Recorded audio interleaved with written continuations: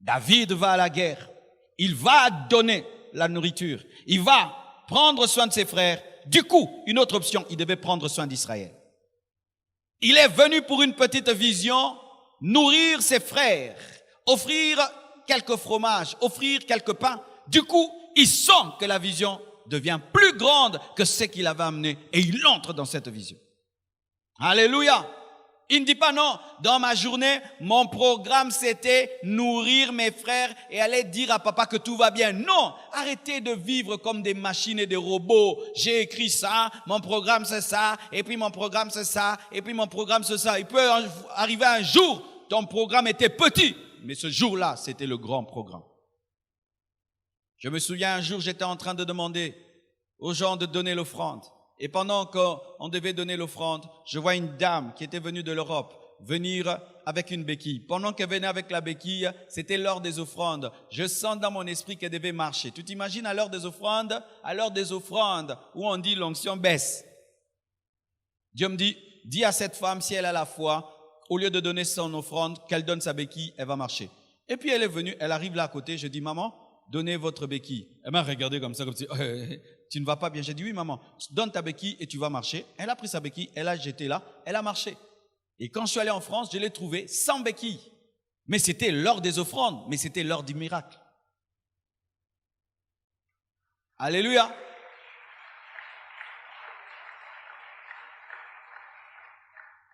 Ton problème, c'est que tu es devenu le Dieu de toi-même, le Dieu de tes journées. C'est pourquoi Dieu n'a pas l'opportunité de changer tes journées. Tout se passe comme tu as prévu. Tout se passe comme tu as prévu. La journée sera comme ça, comme ça, comme ça, comme ça. Lorsque Dieu veut la changer, non, moi c'est comme ça. Ok? Mais fais un peu un bilan de ta vie. Tu as aujourd'hui 40 ans, tu as aujourd'hui 35 ans, tu as 25 ans, c'est toujours toi qui diriges tes journées. Est-ce que tu as une vie extraordinaire? Tu n'as pas une vie extraordinaire, donc ça continuera comme ça. Ça va continuer comme ça, avoir des journées dirigées par l'homme, mais tu as des journées humaines. Mais tu dois permettre au surnaturel de venir transformer tes journées. C'est alors que tu as des journées extraordinaires. Le matin, c'était une journée normale. Isaïe envoie son fils et son fils obéit à papa. Tout est normal, mais quand l'extraordinaire s'invite à un géant défi et il sent la foi lui dire de l'affronter, il entre dedans, sa journée change. Est-ce que vous comprenez ce que je dis? Je suis allé à l'école étudier. J'arrive à l'école. Dieu me dit de prêcher au banc. Tu t'imagines ça? Ça, ce n'est pas prévu. J'arrive, Dieu me dit prêche au banc. La salle est vide à l'école, hein? Je prêche au banc. Quand je prêche, frère, tu sens l'onction. Et puis Dieu me dit, Marcelo, une telle prédication que tu as donnée au banc, va la donner aux hommes. Et puis je cherche un ami, je lui dis, Bono, Dieu me dit de prêcher à l'école. Comme toi tu prêches déjà, introduis-moi. Et il m'introduit et j'ai donné ma première prédication à l'école. C'est elle qui m'a amené jusqu'ici. C'était une journée ordinaire d'un élève qui va à l'école. Mais le surnaturel s'invite et te dit de prêcher au banc et puis te dit de prêcher à 9 jeunes ou 11 personnes. Mais c'est là que tu te rends compte que tu as des choses à dire. Mais toi, tes journées sont toujours pareilles. Chaque fois que Dieu vient déranger ta journée, c'est la journée du pain. C'est la journée du pain et du fromage. Moi, j'étais pas venu pour ça. Moi, j'étais venu pour le pain et les fromages. Moi, j'étais venu pour le pain et les fromages. Les choses de Goliath, là. Derrière moi, je suis un berger. Je suis pas. Toujours en train de t'excuser. Chaque fois que les opportunités viennent, tu t'excuses. C'était pas au programme. Tu penses que Dieu est ton travailleur pour toujours te prévenir? Tu penses cela? On me prend maintenant, dit, pasteur, va à tel endroit, fais une croisade. Je prêche. Alléluia, je prêche. Oh non, c'était pas prévu. C'était pas prévu. Prévu par moi.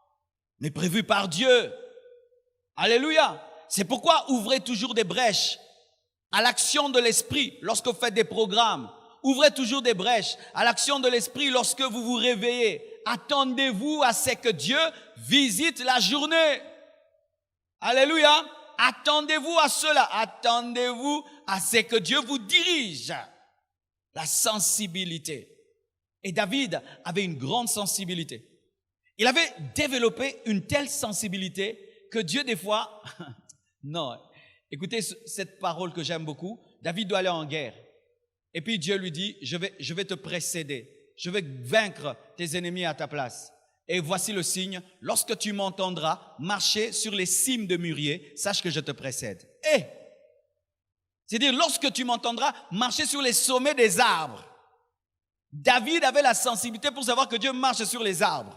Toi, tu dis c'est le vent, lui sait que c'est Dieu. Il avait une sensibilité, ça c'est le vent, ça c'est Dieu. Il savait, ça c'est Dieu, ça c'est le vent, ça c'est Dieu, ça c'est le vent, ça c'est Dieu, ça c'est le vent. Et Dieu connaissant son niveau de sensibilité pouvait lui coder des choses. Il pouvait lui dire des choses que personne ne peut comprendre. Pourquoi il a une telle sensibilité qu'il peut faire une distinction entre le vent et Dieu. Est-ce que tu as ça? De sentir, cette journée est terrible. Comment? Il y a quelque chose. Tu as ça? Tu n'as pas ça? Tu vas passer à côté des choses. Hein? Les gens spirituels, ils sentent que quelque chose va m'arriver. Des fois, il n'a pas le nom de la chose, mais il sait, quelque chose de bien va m'arriver. Comment tu sais? Je sais seulement, quelque chose de bien va m'arriver. Certains même, non, ça je ne dis pas. Non. Dieu m'a interdit de partager des expériences sur Internet. Les gens, toujours des fois, ils cherchent des problèmes. Ok. Mais tu peux avoir cette sensibilité. Alléluia. De pouvoir savoir que, cette journée, je dois rester à la maison. Ça, ce mois-ci, je dois bosser. C'est comme quand il y a eu la pandémie et que toutes les églises devaient fermer. Moi, j'avais senti à moi que je devais bosser comme un fou. Je devais vraiment bosser. Je ne sais pas, bosser. Donc, je vous assure, j'étais en mode guerre à un niveau que rien ne pouvait me décourager. Mais après, j'ai compris pourquoi Dieu l'avait permis. Est-ce que toi, tu as cette sensibilité? Ça, c'est une journée dangereuse. Je dois être prudent. Ça, c'est une journée extraordinaire. Je dois être sensible. Est-ce que tu as ça? Prie que Dieu te donne. Mets ta dépendance aux prophètes et aux autres frères qui sont toujours là en train de t'interpréter des songes. Tu vois, tu es incapable déjà d'interpréter tes propres songes. Imagine si tu étais Joseph. Jésus allait mourir. Parce que tout ce que Dieu a dit à Joseph au sujet de Jésus, c'était par les songes. Il n'avait pas des apparitions, c'était des songes. Et il pouvait comprendre un songe et amener Jésus en Égypte. Et c'est ce qui a permis à ce que Jésus puisse ne pas mourir. Mais si toi, tout songe, ça veut dire quoi? Ça veut dire, j'ai vu ça, ça veut dire quoi? Ça veut dire quoi? Ça veut dire quoi? Ça veut dire quoi? Ça veut dire quoi? Frère, dans le Nouveau Testament, quand Dieu donne un songe, il donne aussi son interprétation. Dieu donne des kits complets. Dieu donne des kits complets. Dieu donne des kits complets. C'est dans l'Ancien Testament qu'on avait des songes, on ne les interprète pas. Il faut chercher quelqu'un qui a le Saint-Esprit pour te l'interpréter. Mais dans la Nouvelle Alliance, si tu vois, tu peux voir. Pourquoi? Parce que le Saint-Esprit qui était dans les prophètes est répandu sur nous tous. Amen, hein? Parce que tu peux voir un songe. Maintenant, tu dois l'interpréter maintenant parce que quelques minutes après, on viendra te chercher. C'est ce qui est arrivé à Pierre quand il a la vision qu'il devait manger les animaux impurs et qu'on est venu le chercher. N'est-ce pas qu'il était déjà pris, il avait l'interprétation?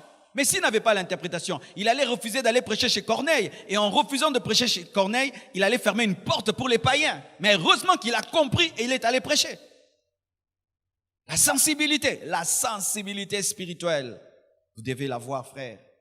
Pour vaincre un défi, tu dois être un homme sensible.